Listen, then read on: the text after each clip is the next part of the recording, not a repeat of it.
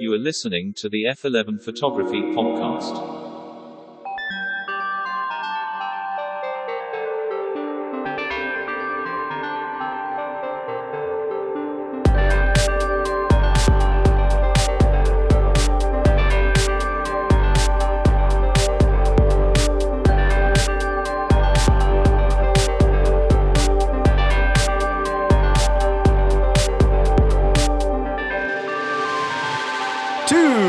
Chasers of light, to the purveyors of pictures, to all of you listening and watching from around the world, this is the F11 Photography Podcast.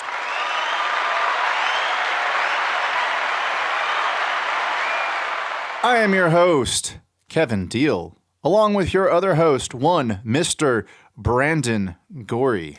Welcome back, everyone. Yes, we have been away. We record these in clusters, usually a couple episodes at a time, about spaced out every 2 weeks. We try to put out an episode every week if we can. So, yep. Yes, and so what have you been up to lately, Brandon? Because it's been a couple weeks. It has been a couple weeks. It's actually funny you asked that, as I just recently purchased an RB67, and we released it in another episode, but I actually got the chance to shoot it the other night, recording a YouTube video to release about the RB67. I enjoyed using the 90 millimeter, which is a roughly 50 millimeter focal length, which I know you like to use on the RB. I also used a 50 millimeter, which is, and I think you told me this, it comes down to roughly a 25 millimeter, which is usually a lot wider than I shoot. So it's been quite interesting. Yes, I love those RB67 lenses, and they can be gotten quite cheap. What did you get your 50 millimeter lens for? Well, I got it nearly like top mint rating on eBay for about $260. That's really good for a lens that roughly shoots at 25 millimeters. And then there's also the 180. You got to try that one out. The 180 you can get for like $100, and it's roughly at 85, 90 millimeter. See, I might buy that today, actually. It's so cheap. That you say it. Like you don't so they make I think what they call like a K&L version. That's their latest. But if you just get the Secor C version, that's the one you can get for like $100. I'll show you some examples in today's episode that I actually took on that. And I think once you see them, you'd be like, oh, that's totally fine. So it's a killer lens. It does an incredible job. Plus, I know you love a base 85 millimeter focal length. Like that's your bread and butter usually. 85, 35, yes. Once again, we'll get into that later in today's episode. You should not go out and get the ultra wide though for the Mamiya because it's the one outlier in price. Okay, so we checked this earlier, and on eBay right now, in fact, I'm not going to pull it up because I don't want to take too much time, but it's $1,900 for the 37 millimeter. I think it's like, what, 14 millimeter equivalent, 16, something like that. Yeah, it's a fisheye lens for the Mamiya RB67. There's only one of them on eBay, sold from Spain, and it is $1,900. Insane. Right on. Well, I have personally been going through a bit of a sea change on my lighting. So Brandon and I, we share the same modifiers out of our studio.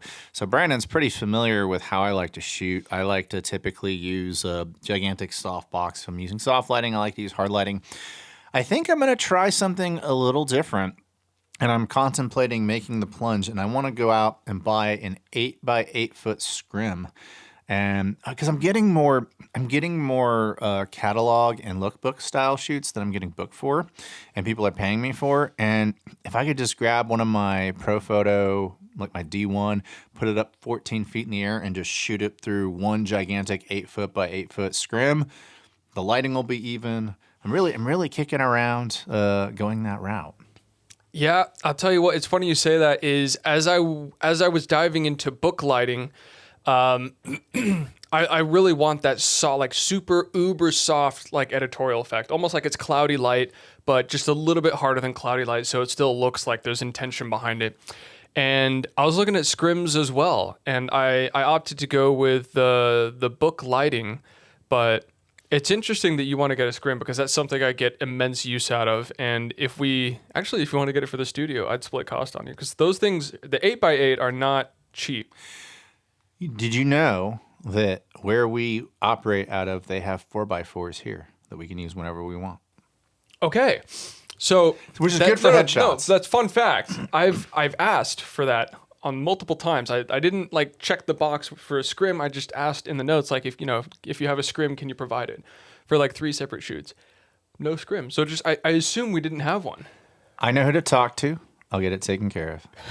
Okay. It's going to happen. I'm a scrim guy. I think we're both going to be scrim guys here. Yeah, pretty I soon. think I'm going to start moving towards scrims. I still love my hard light, though. I'll remove the scrim sometimes, but I am moving more toward the scrim shoot. It's an easy moneymaker. It's like, copy and paste lookbook look if you need it. It's pretty awesome. So let's dive into today's sponsor. Cheetah Stand is an awesome company based in the central United States in Dallas, Texas, and yes, they do have the name Stand in their name. However, they do a lot more than just that. They sell modifiers, from softboxes to beauty dishes to magnum reflectors and more. They sell lights from both Stella Pro and Godox. They're also an authorized Godox repair center. Yes, that's right, they offer warranty repair services for Godox, which up until recently was kind of an issue. And yes, as their name suggests, they also do sell stands. I'm a huge fan of their C stands. You simply pick them up and the legs fold. You put them down and the legs come out. They're robust and they come in 8-foot, 10-foot, and 12-foot varieties. I'm also a huge fan of the rolling boom stands, which has become a staple for my studio work. Hi, I'm Jordan Groby, and you're listening to the F11 Photography Podcast. We're back. Howdy. Yes, check out Cheetah Stand. They're really awesome friends of the pod. I love Cheetah Stand. And we actually use Cheetah Stand's quick collapsing legs in the studio all the time. And I love their fold down stand. So Look at the lens in the video. Look how big that is compared to your waist.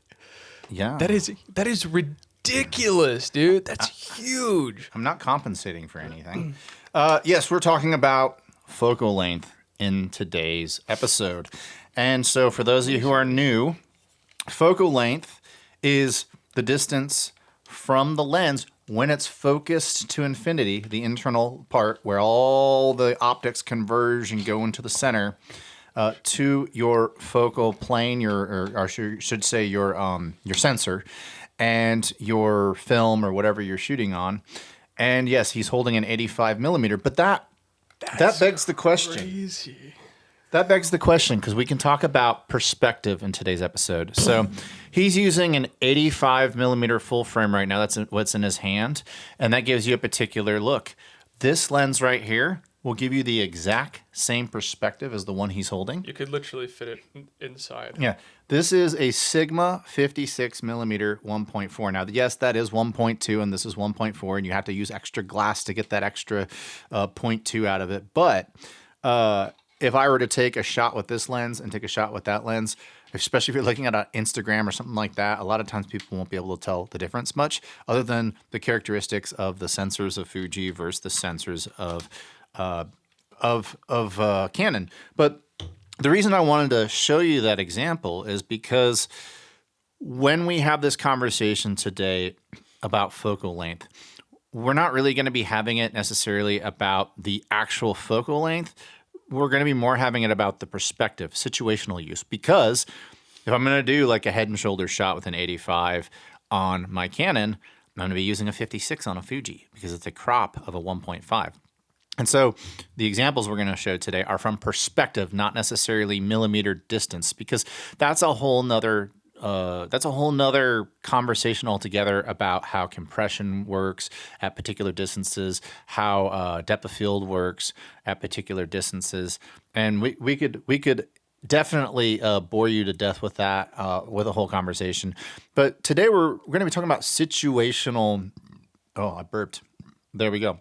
Today we are going to be talking about situational use with particular focal lengths, and we're going to start from the outside, and we're going to work our way in. That's usually how I like to go, yeah. And that is, we're going to start with ultra wides. So, as you can see right here, ultra wides tends to be used for architectural purposes. Obviously, you would want to use usually a tilt shift lens if you want all your lines to be right. But so this is a shot I took of the Vatican at 17 millimeters. And then, you use a shot like this, but you see with an ultra wide. Yeah, this is a really, I think, cool shot of the Pantheon. And of course, you can see that I put it on a tripod because you can see the movement in the clouds and the movement of the people. But the people are tiny in the shot. And that's obviously one of the characteristics of using an ultra wide. This shot also shot in 17 millimeters. And then this shot right here also shot in 17 millimeters, kind of the exact same effect I had on the last shot. It was probably like a 15, 20-second exposure. That's why you have a little bit of movement in the clouds. And of course, you get distortion. That's the point. I grew up on Thrasher magazine. When you see these bended lines on the outside, to me, that is what makes this so great. And I tend to, on every shoot, if you are familiar with my work, I like 35, I like 85, I like 135, and I sometimes like 50. But when I do my shoots, I actually like to take a tiny little 16 millimeter with me on my shoots because I don't even really consider it a lens because it's so tiny. Because you've seen this gargantuan lens right here. This is a 16 millimeter. Here. That's crazy. Yeah, so this is a 16 mil, and here's an example of what you can do with it for portraiture. So yes, I do use wide angles, ultra wides for architecture and all that fun stuff. But you look at these shots. You look at this shot right here. This really awesome model Lance, who looks like Marlon Brando, a young Marlon Brando. He does. And the feet. Getting close to me. I probably shot this at f11, I'm guessing. Maybe f14. Sometimes I'll stop down to f14 if I want to get everything in focus. But as long as you keep your subject centered in the frame, you don't get that much distortion. And the distortion you do get, to me, is artistically fine. I think he did an incredible job there. And I can even take it a step further because that shot that you saw of Lance was 16 millimeter. Well, I also have a 14 to 35. I didn't bring it for today's episode, but I have a 14 to 35 f4, and look at that, and you can see that the corners of the building of the walls and everything are wrapping around the model, and I think that's awesome. I love the way that looks. You see that she's centered in the frame. You see that her boot is closest to the lens to create a really cool warping effect, and it's a really good change-up lens to have an ultra wide. Whether it's my 14 to 35 or whether it's my 16 millimeter, I can take it on a shoot. I get my normal environmental portrait shots. I get my tight portrait shots, or in the studio even. I can pull something out like this is once again the 16 millimeter that I showed you here in the studio. You can see the bending of all the wrought iron up top. I think that looks cool. Growing up on Thrasher magazine and seeing fish eyes, I gravitate toward that. It's something unique. I think personally that if you go use a surgical lens and you go take a surgical picture that looks exactly like what you saw with your eye, and you're stopped down so much that everything in your environment is in focus, I think it's a boring picture, personally. I think that you should use the weird, quirky characteristics of lenses to make your work look more unique and more interesting. But I'd love to get Brandon's perspective on the ultra wide. This is just my perspective on the ultra wide. So Brandon, tell me what you think about ultra wides and how you use an ultra wide with your work. Well, thank you, Kevin. And yeah, Kevin's got it. Kevin has so many lenses and uses so many different focal lengths that it's crazy what he just pulls out of the hat. Because I've known Kevin for a while, and I've seen his Instagram, inside and backwards, and it's amazing the photos that he still just has in the depths of his archive, and so it's always interesting to look at. But personally, the wide angles that I use, I now have a telephoto wide angle, but all these shots I'm about to show you were taken on a 14 millimeter, and they're all portrait shots. So my favorite thing to do with a wide angle is to take portraits. So here we go. Boom. First one. This is David in front of an industrialist, a brutalist rather, a library in Austin, Texas. Lyndon Baines Johnson's library of all places. Yeah, so essentially it's this massive fuck-off monolith in the middle of a concrete sort of courtyard. And what I like about the wide angle is not only does it distort incredibly, but also it keeps everything in focus. So even though David is our model here, looking great in this sequin shirt, even though he's about 60, maybe 50 yards in front of this building, the building is still in focus and looming over him like a second character, like a second protagonist. And even the clouds are just a little out of focus. So that's what I really like about what you can do with these wide-angle lenses is you can make the environment as front and center and present as your subject. Here, we're going to go up. I also like doing Dutch tilts. I find it very easy to do Dutch tilts with a wide-angle lens and to incorporate as much of that frame as possible with the subject. What f-stop did you shoot that at? I think that was actually f4. Dang. Yeah. That's a lot of stuff in focus for f4. Yeah, it's there's a lot of depth and field inherent in the wide angles, which is really helpful. I mean, as you can see, the bottom left, his pants are kind of going out of focus, and even at the top right of his hair is a little bit out of focus. But again, like just easy, like nice distortions. You get the full body. It looks a little bit unnatural, and I think that's a part of the joy of shooting on wide angle. Again, like here we go. We've got the subject. They're angry, but notice how like they only take up 1/4 of the frame space. You have the full context. You have the context and then some. In fact, it acts more like a movie still than it does a photo, and I think that's really something that I enjoy with wide angles.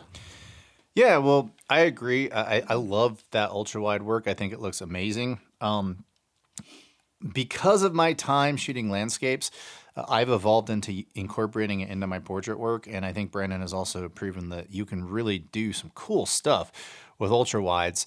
We're gonna keep it on the wide tip. I was showing you how ridiculous this 85 millimeter 1.2 is, but I have a more ridiculous lens. Here you go, Brandon. My 28 millimeter, 28 to 70 millimeter f2. Now I put it on my R50, which is a crop sensor camera. I just did it because I thought it was funny to put it on such a tiny little camera. I really use it on my R5, my R8. Yeah, it's so front heavy. It needs like a tripod collar for a regular lens. But as we've commented, I mainly shoot primes, but there's one place where I don't shoot primes. By the way, that's a 95 millimeter front filter thread. So yeah. Wow. So what's interesting about this lens is, when you shoot a model and you have like flash going, they can see the flash go off and then they know to go into their next pose. The aperture blades on that are so enormous that the models can just see. They can just see the shutter close and they're like, oh, okay. Yeah. Okay. They don't even need the sound. Yeah, they don't even need the sound because modern mirrorless cameras, they are so much more quieter than they used to be.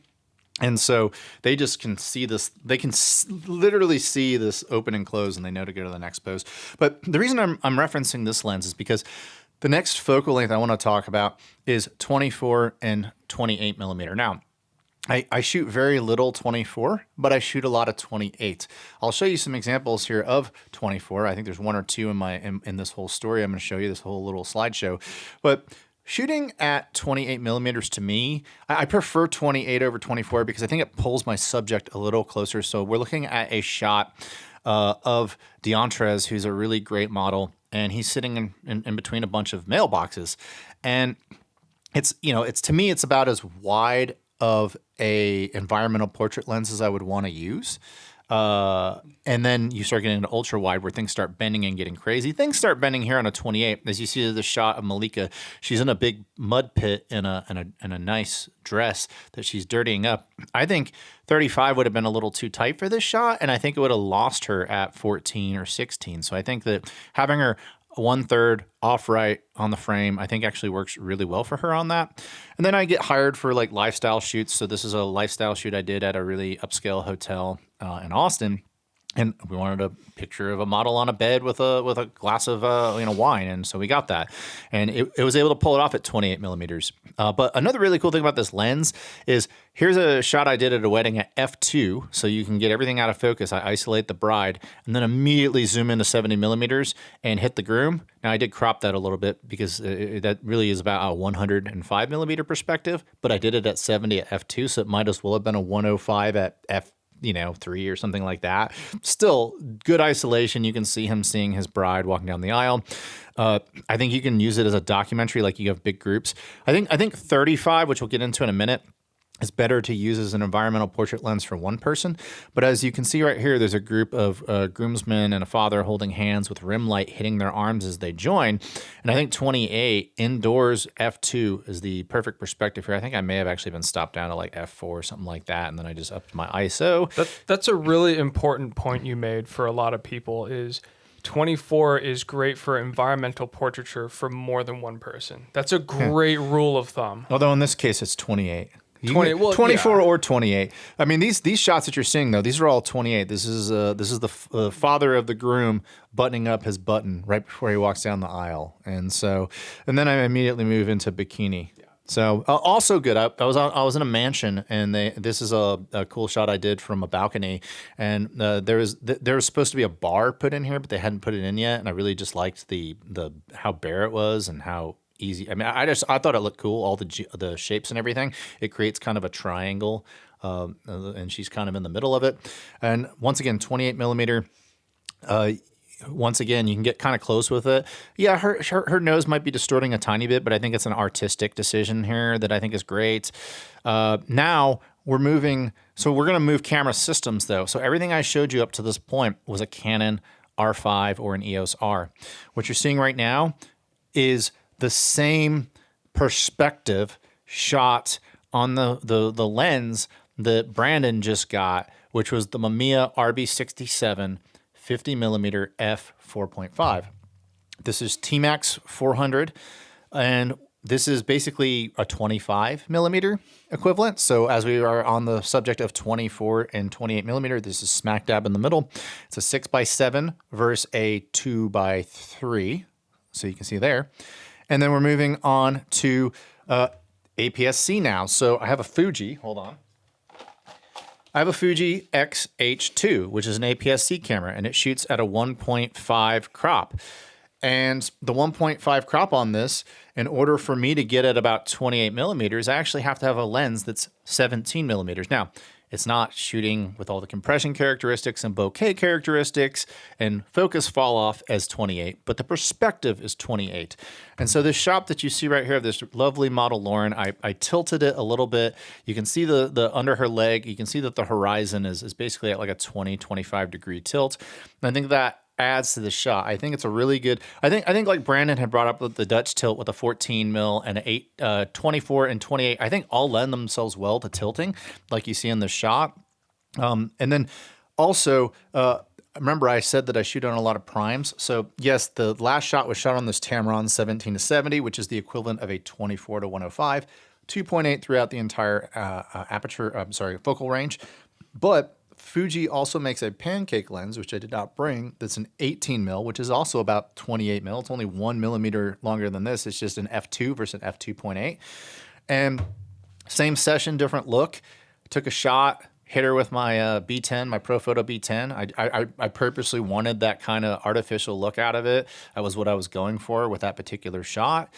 And just, like I said, 28, doing these shots in downtown Dallas. Here's a shot I did with that 18 millimeter again. So that fixed focal length lens. This is a really cool museum in Austin. Now we're back to this 28 to 70 that Brandon is holding, that I made him hold because it's so freaking heavy. And so once again, you can use it for editorial type stuff. It gets wide enough. It'll definitely show you your environment. This is a really cool shot I did with 3 lights, and I exposed for the flames. And then once again, you can get pretty close to your subject. You get a tiny, tiny, tiny bit of distortion, but I don't mind it. Now, this from a distance, it looks like he's in an ocean. He's actually in a pool. Thank God for black and white, right? And then, here, I stopped down to f14. You can get everything in focus almost. There's a tiny bit of focus fall off on the bottom of his shoes, but it's very little. And now here's my 124 millimeter shot that I threw into my little setup. Now I'm right back to 28. Now we're going to switch camera systems again, because we had a discussion about Canon's 28. We've had a discussion about Fuji crop factor at 1.5. Now we're going to go the opposite direction as we did with the Mamiya RB67. It had a crop factor of 0.5, which is why a 50 became a 25, which is within our conversation of 24 to 28. Now we're going to also keep it on that other side, but we're going to take a 35 to 70 from Fuji on their GFX system, and I'm shooting it at 35, which also, when you put a 0.79 crop factor into consideration, comes out to, once again, 28 millimeter. So this is a shot I took of a really talented model named Chi. She's also an awesome photographer, and I love I just love the medium format look. Obviously, it looks amazing. And then there it is again, 28 millimeter perspective. That's a 35. Oh my gosh, she looks like Sharon Tate. Yeah, she does. once again, 35 to 70 at 35, 28 millimeter. And so, once again, it's, you can start to tell who your subject is at 28 millimeters, in my opinion. And the only time you really know who your subject is in the ultra wide is when you're super close to them, like that shot of Kate with her boot out, and that shot of David in the frame with the library behind him. Like, you have to really distort your subject with ultra wide to tell that they are the subject. When you're shooting at 28, 24, you can kind of get a more normal look of them, but it's really, you can go back a little bit more and you can still kind of maintain who they are. But I want you to talk about your shots that you've done in 24, 28, because I think you gravitate more toward 24 based off of the type of lens you use versus the type of lens that I use. So yeah, Kevin has a lot of different lenses and a lot of different systems that can achieve a very similar focal length, obviously with different aspect ratios that will inherently give you a different look. There's a lot of ways you can shoot 24 to 28 millimeter, which is kind of crazy, all things considered. But I merely use a 24 to 70 f4. And so when you look at my shots, I like to isolate subjects a lot with the 24. Even though I could go wider and I could go further away, I do like to get nice and close to really bring in an intimacy. Now, the distortion on the 24 isn't nearly as bad as a 14 millimeter or a 16 millimeter. So I find that shooting close-up portraits you can kind of get away with. In terms of more environmental stuff like full body, I think the 24 is great with a little bit of a Dutch tilt to kind of make the scene. It's still interesting and it doesn't have like a whole lot of compression. But at the same time, like the depth of field, even at f4 is crazy. So like this was shot at 8 a.m. and the light was terrible. I was probably at like 1600, if not 2000 ISO here for this shot. At f4, and still you can see that the focus really maintains all the way to that staircase in the back. So it's an incredibly versatile depth of field, an incredibly versatile field of view as well for sort of just creating like that caricature, like that protagonist in your shot.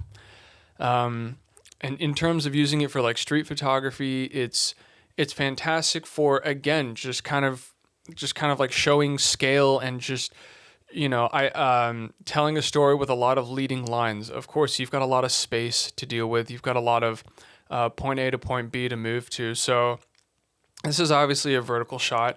There's a mild bit of distortion you can see from the lower half of the screen going upwards. It kind of bows just above that hallway at the bottom. But I mean that you can fix that in post, and at the end of the day, it is kind of like a stylistic choice in and of itself. Again, like in studio, you can get these full body shots. I was probably 2 or 3 feet away from her knee, and just taking this photo, and I didn't have much issue. Again, there's very low distortion in general, so it's like I didn't have an issue with aiming this like kind of like at her neck area, or like from neck to waist, to kind of make sure that I didn't get one part of her body that looked like disproportionate to the rest. Clearly her knee on the right is just a little bit disproportionate, but like that's within the realm of acceptability, especially for editorial shots. And that's kind of what people expect. Any more than that, and you kind of get into a realm of like, okay, this is non-artistically not like nicely distorted. And then like one last thing, again, you've got a lot of space to work with, and you can really capture your environment with the 24 millimeter and a single subject. Yeah, so 24, 28, as you see right here, these are just more examples of that. I feel like, we want that shot with the shoe, like you see right there in focus. You stop down to F11, F14. You can start getting those kind of unique bend where it starts to bend, those types of shots. And yeah, I find that 24, 28 can just give you a really, really cool shot, something unique, something wider, and something that, like I said, you really do start to figure out who the subject of the scene is. They're not like tiny, like they sometimes can be at 14 millimeters. But we're gonna move on to my favorite focal length, and it's I don't just shoot. As you saw at the beginning of the episode, I shoot landscapes, but I also shoot street photography in addition to portraiture. And so 35 millimeters, man, it is the quintessential storytelling lens. It tells you where you were, who was there, what they were doing, the time of day it is, all that fun stuff. And when I go on vacation, if you said, Kevin, you're on vacation, you could only take one lens with you, which lens would that be? It would be the 35 millimeter, because I feel like it's just normal enough to where things are not going to get out of focus with it. And it's also close enough to where you definitely know who your subject is. So, I see something, I see an environment, I see like this family here dancing in Pisa, Italy. And I was like, oh, wow, that's a really cute, innocent shot. The girl's just dancing with her father. I was like, dude, 35, it tells a story. And then, of course, you can just immediately put it on a stand and take a picture of yourself with whatever it is over your shoulder. There's me at the Pantheon. And then a family friend, Franco, who is a fisherman. And I can tell, the guy's a badass. You can tell he hand rolls his cigarettes. You can see from the leather skin that guy's out on his boat every day, getting the spaghetti cozze together, the mussels, doing that job in Gaeta, in that fishing village. You can see this couple right here sitting on this bench in Dallas that I shot, where it's like, hey, I'm kind of close enough to bring them in as the subject of the shot, but I can also be far enough and small enough away to where I'm kind of discreet. But then this is actually the next bridge over. Something I got hired to do is I'm shooting a promotional shot for a musician, and he's from Dallas. You can tell he's from Dallas because that's the I-30 bridge. Anybody from Dallas knows where that is. They can see from this story that he's a musician. He's kind of a hipster guy, and he is from Dallas, and that's exactly what that story tells. And so, 35, in my opinion, some of the street photography, some of my coolest street photography work's all shot in 35. This brutalist stuff's getting Brandon all hard. So it's, like I said, it's the quintessential storytelling lens, and that's how I use it in street. But I also use it for my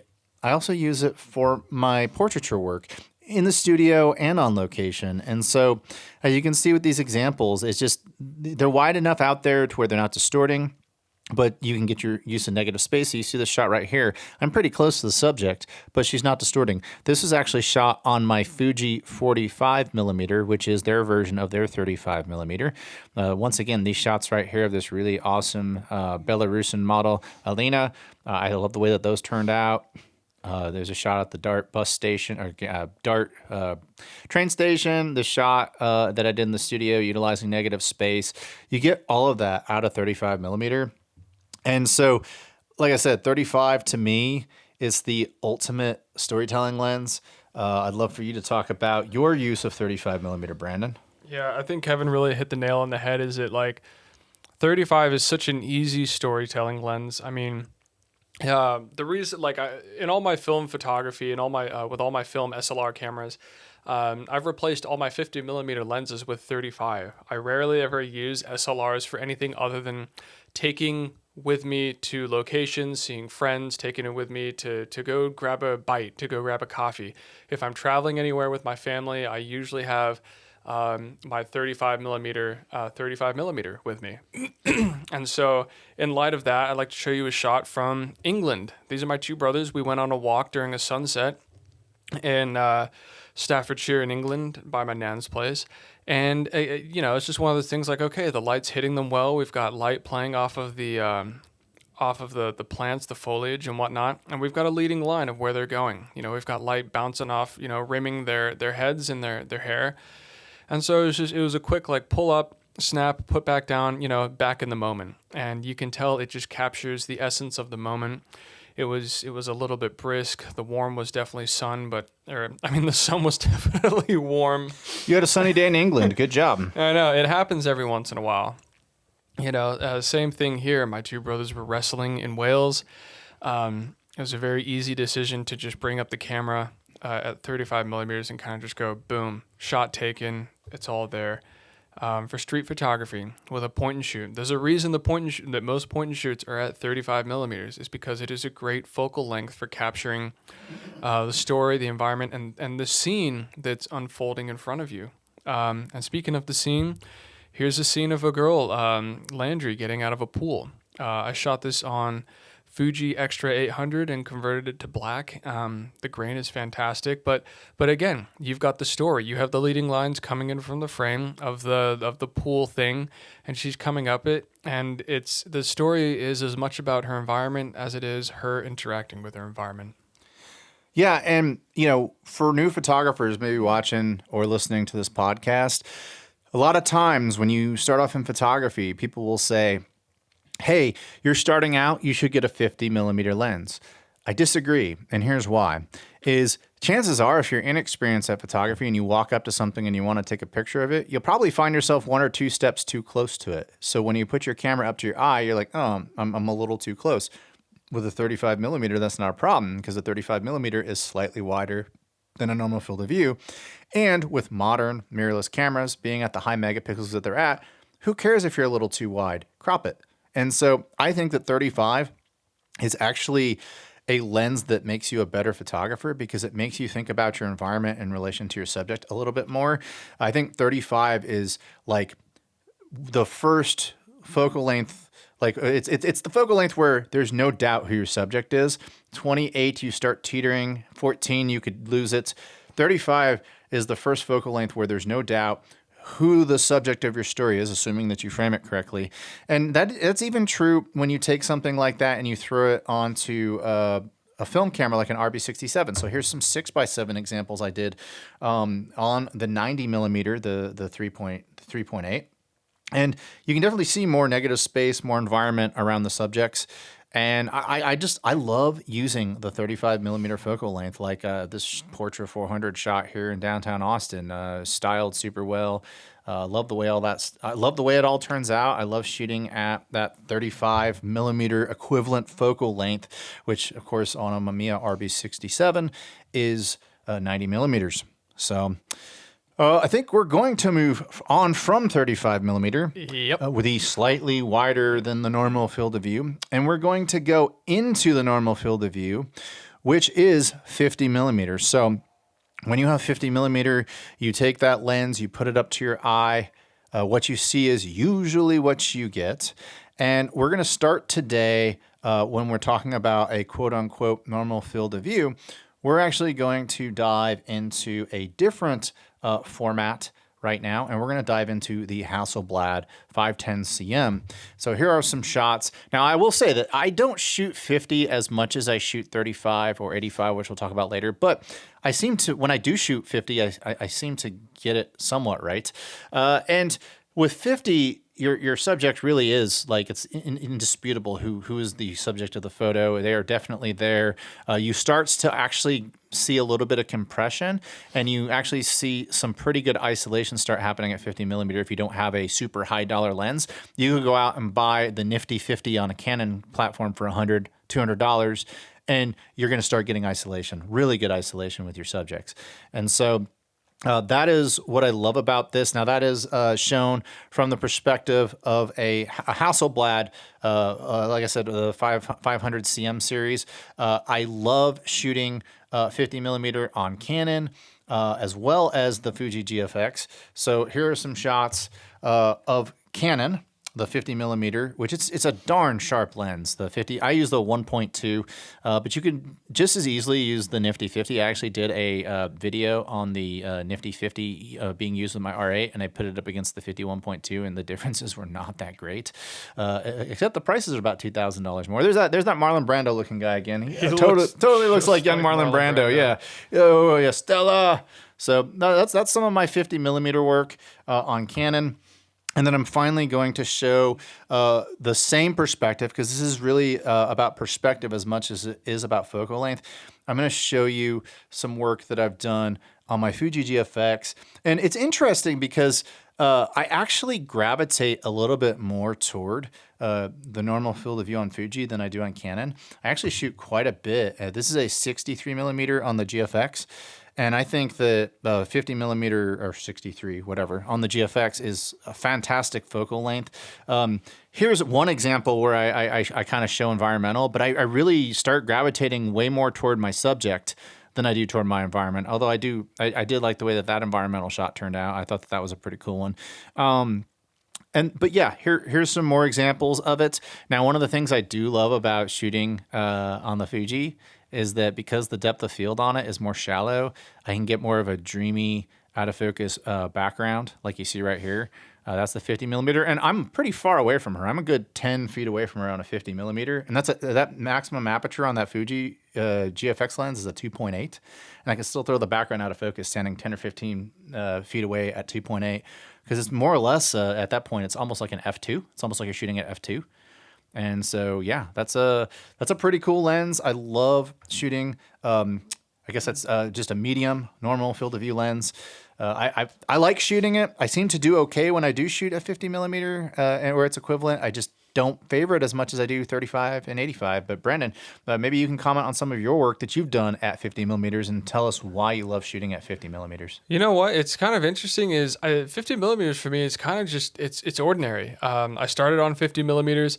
The first 10,000 photos I've ever taken were pretty much on 50 millimeter, and so like.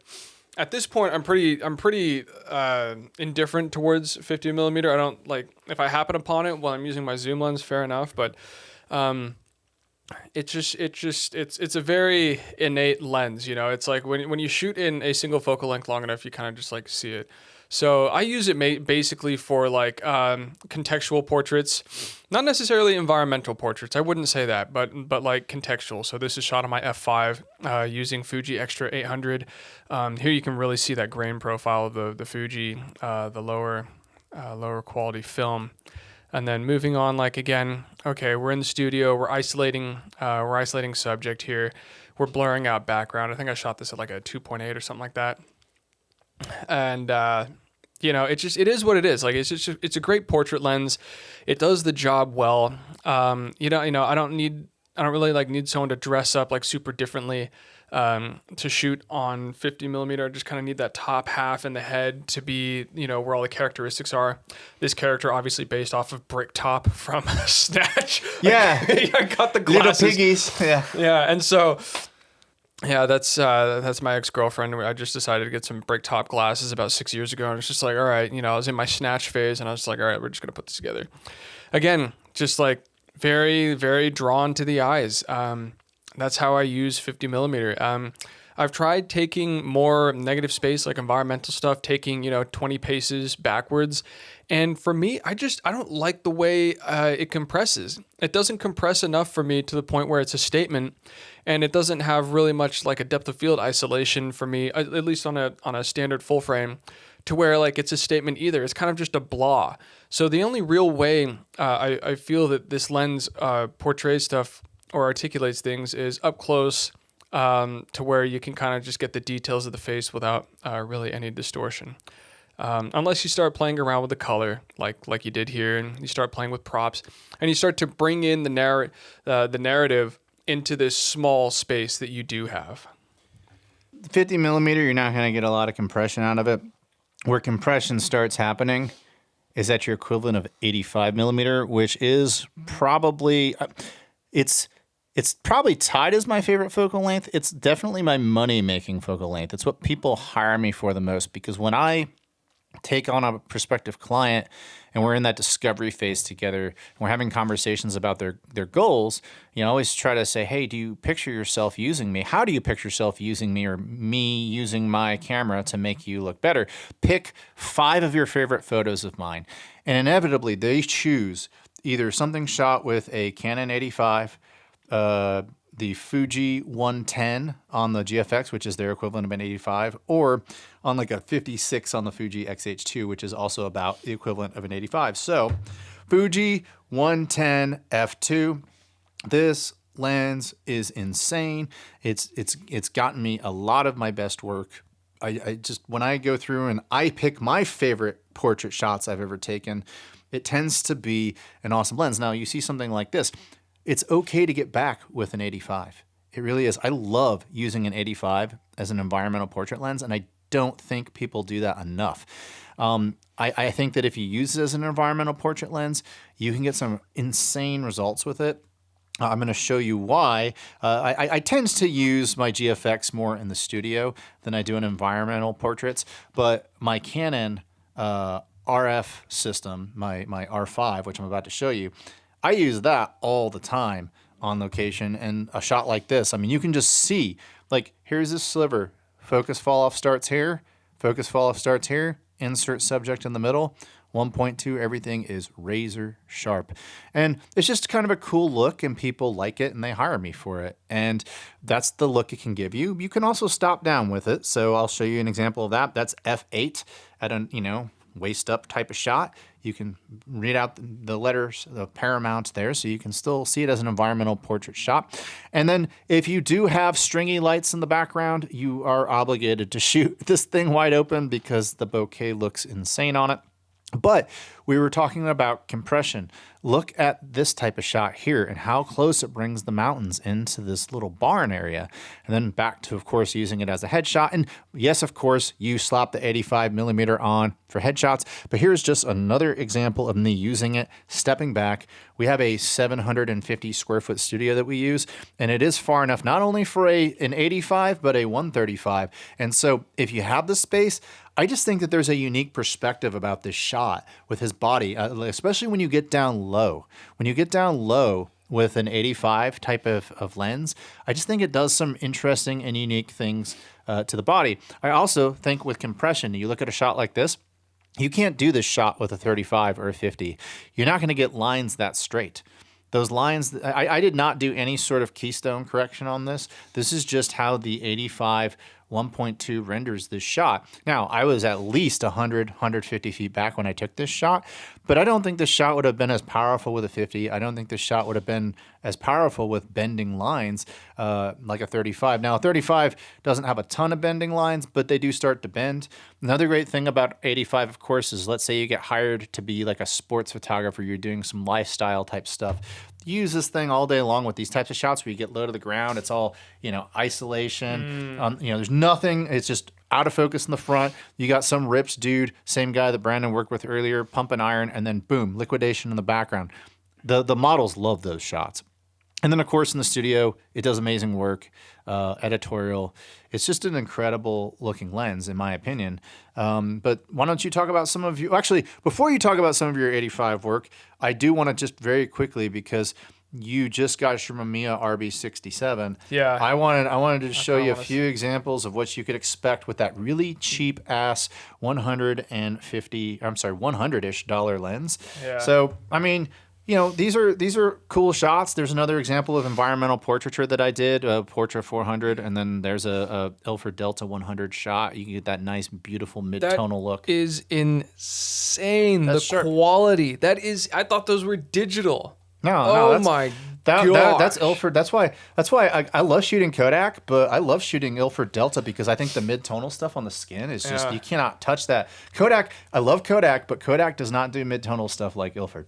Yeah, and this isn't a plug, by the way, but I just recently got an intro membership at Film Supply Club for, I think it's like $7.99 a month, and it takes a pretty good discount off of all your film. So I've got Portrait coming in, and I think I paid $59 for 5 rolls for $7 a month, up to 20 rolls. So yeah, if you're interested in that, I'm definitely going to start buying some Delta 400 as well, because I've been an HP5 guy for way too long. Delta 400 for environmental, Delta 100 for studio. Because that shot that you saw Tatum, that's 100. Okay. Delta 100 is super fine. It's so good in the studio. Does it compare more to like Tri-X or T-Max? would you say? It's more Tri-X. More Tri-X. That's why it's mid-tonal, whereas T-Max is more punchy. Yeah. So HP is more like a T-Max-ish vibe. Yeah. Whereas, in my opinion, I'm sure there's some film photographers who's going to give us a down vote because they disagree with us. Because all film photographers disagree on everything. So, let's talk about your 85 shots. Okay. Well, first and foremost, I want to preface this by saying that my 85 millimeter purchase was inspired by Kevin. Kevin, for a long time, has basically just been flaunting and talking about his 85 millimeter experience, and so I thought, why the hell not? So, at the end of 2023, I went and took these, well, not near the end, I think it was the end of summer into fall. We went to a lake and took these shots of Sadie. Now, the goal here was to get a degree of separation. I wanted to get full body at 85 millimeter, which is something I never, ever, ever, ever do. This is the only shoot like this that I have with an 85 mil.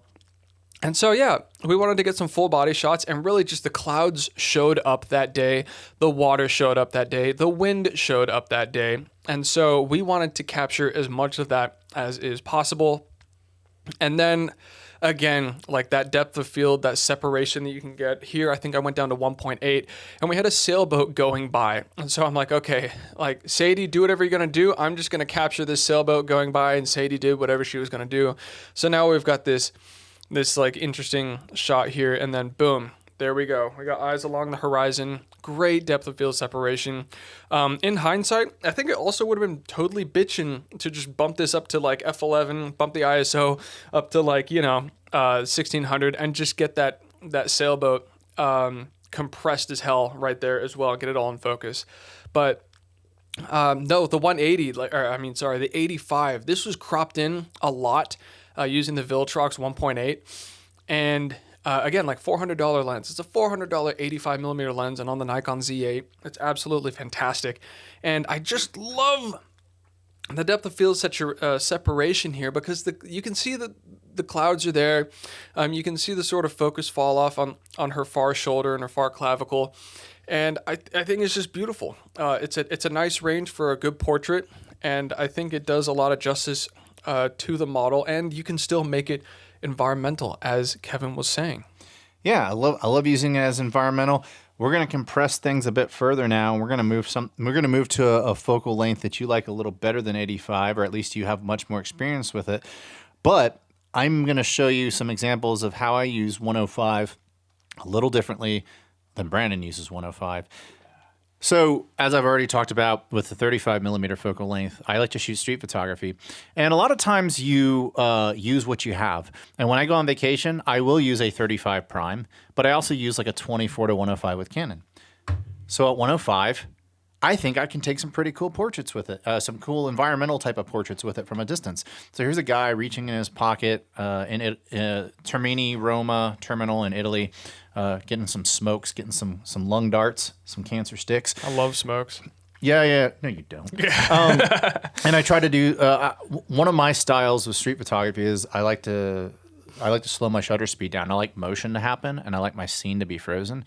And so that's what I did in the shot. I'm shooting at 105, but I'm probably shooting at a 15th of a second. Thank God for IBIS. Thank God for lens stabilization, because if I tried to handhold this shot with no stabilization, he would be out of focus too, and you wouldn't know who the subject is. And so another type of shot, the compression. You see all those screens on the left that go down the line. 105 gives you that. It pulls everything in. But we all know that the subject is this soldier waiting for a train, even though there's a bunch of other stuff happening there. And I know this one's a little more frozen. I didn't shoot it at as slow of a shutter speed as that. But then I just like to, when I try to pull something in closer, this is in the Mediterranean. I just wanted to have this boat kind of in the lower left third. And then, of course, right here, this shot right here, this is probably more how Brandon likes to use his 105. I love using a 105, but even at 105, that's at 5.6. You can see focus fall off happening on the ears. So you start losing that depth of field. It's pretty shallow. This is a 75 millimeter on my Fuji X-H2. So those last ones were all Canon R series. This is a 75 millimeter, which is about 112. So we're still in that 105 range. This is a 105. 75 millimeter, which shows it was 112. It's an f1.2 lens. It's this really, really awesome model with an agency up in Dallas.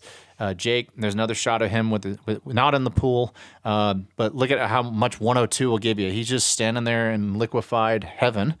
And once again, same thing. I love the way lines and compression work. You see the way that all the leaves are going to the down right, the lower right, but then you see the subject kind of looking across it. He's looking through all those lines. So there's like a three-dimensionality to it. And then once again, compression. You see this model, Misha. I have these 3 different shadows. I told her to lay in the closest shadow, and the compression of pulling those other 2 shadows toward the camera, it creates a really cool line effect. 105 to me is leading line territory. You can of course use it for headshots.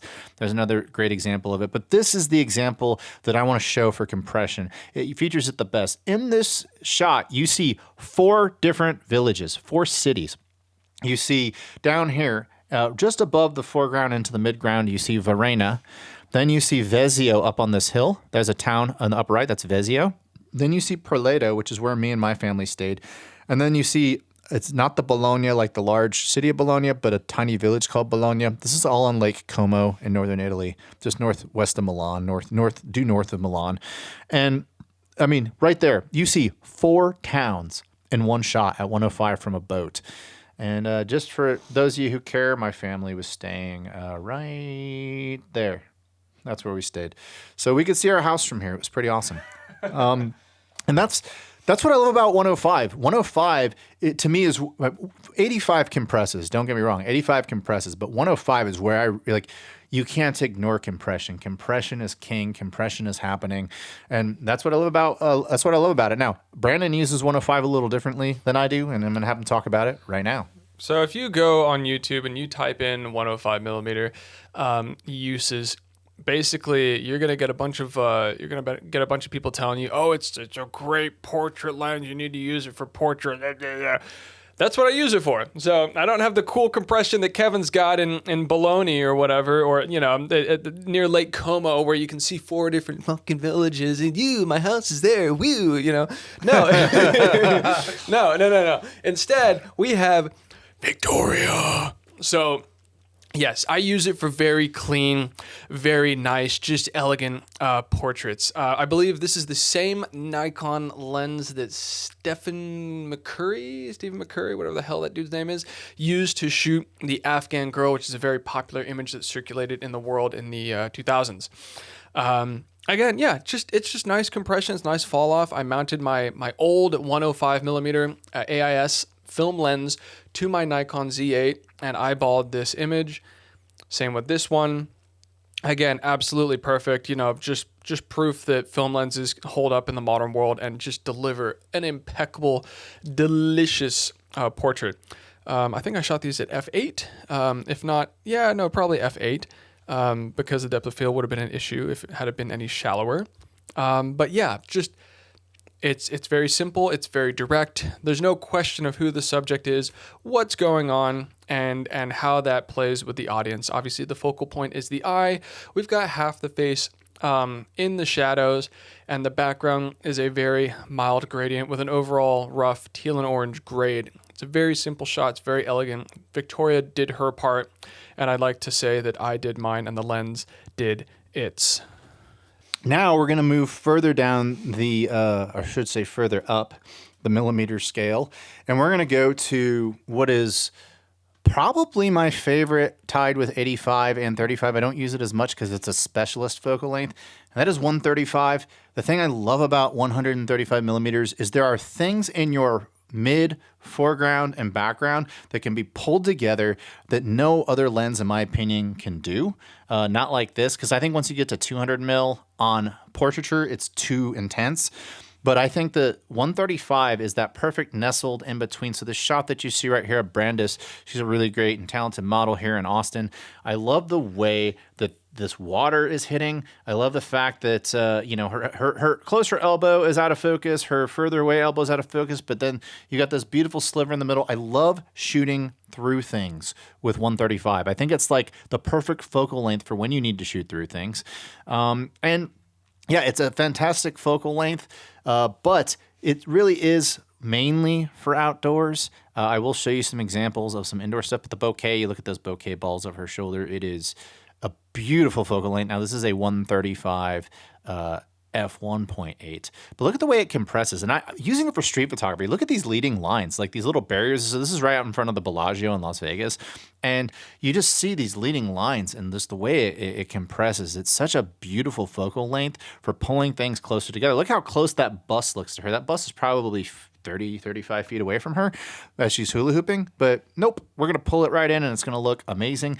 And then as you see right here, I'm shooting through the fall leaves of this. This is actually the older 135 f2, the old EF lens from the 90s. The newer one you can see has a little more punch, but there's the newer one again. Gosh, it's razor sharp. So that's one of the cool things that I love about 135, the way it compresses foreground and background elements. And you can also use 135 in the studio if you want to. If you have like a 750 square foot studio and get full body shots, but barely. The other thing I love about 135 is it's not a long enough portrait lens where you have to shout at your subject. So you start getting to a 200 mil and you're going to start shouting at your subject. Brandon's going to draw a blank here because Brandon does not shoot 135. No. But I'd love to get his feedback on it. Sorry, He's looking at a Mamiya Secor C 180 millimeter f4.5. Buy it now or Quick- offer for 149. You should offer him 120 and see what he says. That's interesting. A quick question: Why are the shutter speeds on the lens? Because that's a leaf shutter. No, you're right. I'm sorry. Yeah, the shutter's in the lens. All you have is a mirror up function on the RB. No, you're absolutely right. I completely forgot about that. Oh, crap. Yeah. So make sure that the thing has been tested.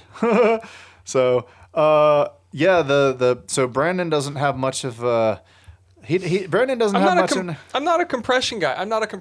Like I'll plain and simple. Something that Kevin excels in is taking the tools he has at hand. He'll take the camera he has at hand, he'll take the lens he has at hand, and he'll take the environment. And Kevin runs like an algorithm through his brain. Okay, he's like a machine, and he goes, okay, the objective is I need an interesting shot. So he'll start running this matrix through his head, and he'll be like, okay, if I've got a 135 mil, okay, what can I do? I can do incredible subject isolation. I can do incredible compression, and I can do just incredible detail shots wherever the hell I am, and distance is no problem. So Kevin will like get those four things, and he'll just run it through like a simulation in his head. And you can watch him. He'll be in the middle of Rome, and you'll see the guy standing still, and his head will be cocked like this. It takes him about like 5 seconds, and he'll be like, all right, cool, let's go. And then you'll just nail the most interesting shots you can find that are like actually possible in the moment. And I don't work that way. I work objective based. I go, okay, this is the lens I have, and I go, okay, I want to do what I want to do, so I have to make that work, which usually takes more time, and I'm more fickle, or I just won't take the shot because I'm a stubborn son of a bitch. But Kevin's about to show you some photos where he does exactly that. He runs the algorithm. He's got this stuff saved on floppy disks, and he uploads it to his organic hard drive every now and again, and he just runs with it. We're gonna take it beyond 135. We're gonna look at 200 now and beyond. So I actually don't own a 70 to 200. I used to own a 70 to 200. And then on a trip with my father, I dropped one and it broke. And then when I got a 135 f2, I just stopped using my 70 to 200 because it's like, hey, I got a full stop of light better off this 135. It weighs less. And so I sold off my 70 to 200. And as I go through my old pictures that I've taken on a 70 to 200, I'm starting to get a little bit of a itch to maybe go get one again because I love the look, man. I love this compression. You see the way that this horse, you have mid-ground, foreground, mid-ground, background. It's all pulled together. Just look at those. Like the way that these trees are up, all pulled together with the road, all this fall. Like this shot right here. So I took this shot. We were in Great Sand Dunes. My dad and I went on a really awesome little vacation back in 2018, father-son time. And we were at Great Sand Dunes, and I had my 200 millimeter f4, my 70 to 200, I should say, f4, and I just shot this at 200 millimeter. And when you look at those feet, that's probably a quarter mile of length. but it's compressed and everything's closer. And I love that about these shots. You look at the great sand dunes, everything's being pulled in. Right here, this is Forrest Gump Point. So it's the part where he's jogging in Forrest Gump. He's like, I think I'm going to stop running now. Like, this is the exact same spot. It's the mile 13 marker at Monument Valley. It's technically in Utah. And I mean, that car you see right there, I shot that at like 180-ish millimeters on my 70-200. So that car is probably a half a mile away, but it looks like it just passed, and it's 30 seconds away because it's going about 60 miles an hour. And so that's the beautiful thing about compression. It pulls the fog going off of the mountains closer to me, and it makes it, in my opinion, a much more interesting picture. And so here's some shots of white sands. Same thing. You see those beautiful, they almost look like cotton candy sand dunes there. I mean, it's just wispy, really, really pretty. Right at sundown.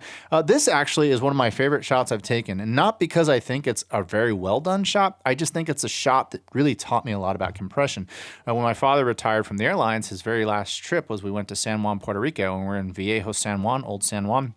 At the mission, the fort, right there on the water, and I turn around and actually, if you see the first half of this frame, that's a graveyard, and then the back, that's just people's houses. They're very colorful in San Juan. And I'm shooting this on an Canon 7D because this is back in 2018. They didn't have any mirrorless until later in 2018. And I'm using a 250 millimeter lens here, and it's compressing it. And it's like basically a 400 millimeter shot, and you can see everything. Like you zoom in and look, there's a couple right there, sitting there, right on the edge of the graveyard, and then you just see you can like literally like see license plates and everything. You can see people's cars. You can see another part of the mission there with the Puerto Rican flag. I mean, there's just so much compressed in this shot, and you get shots like that. And then when I was in Italy, once again, I look at these shots I took with my 70-200, and it's like, gosh, I mean, these guys, this isolation, just awesome stuff. I love compression. I love using long focal lengths. So I guess the whole point of this was for me to tell you about the fact that I think I'm going to have to start looking at a 70-200.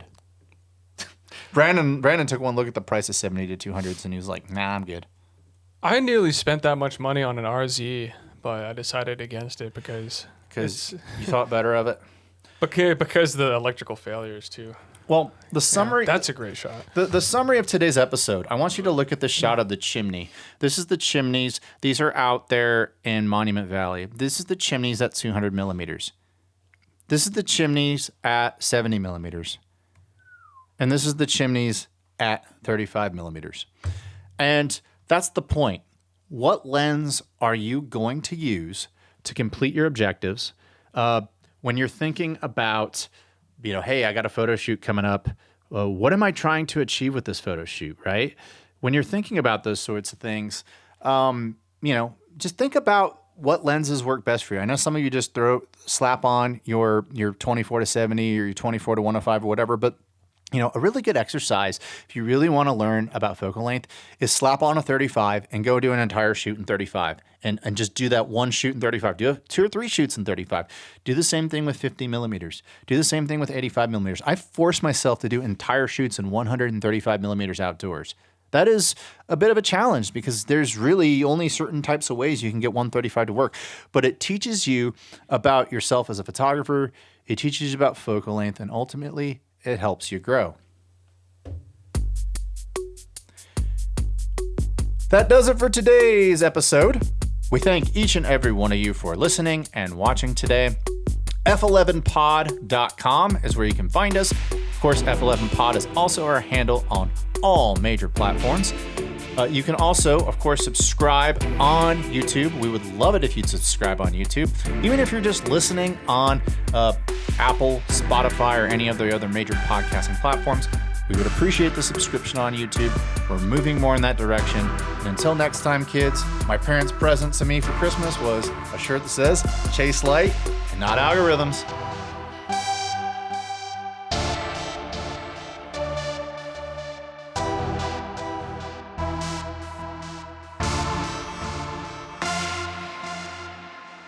Thank you for listening to today's episode.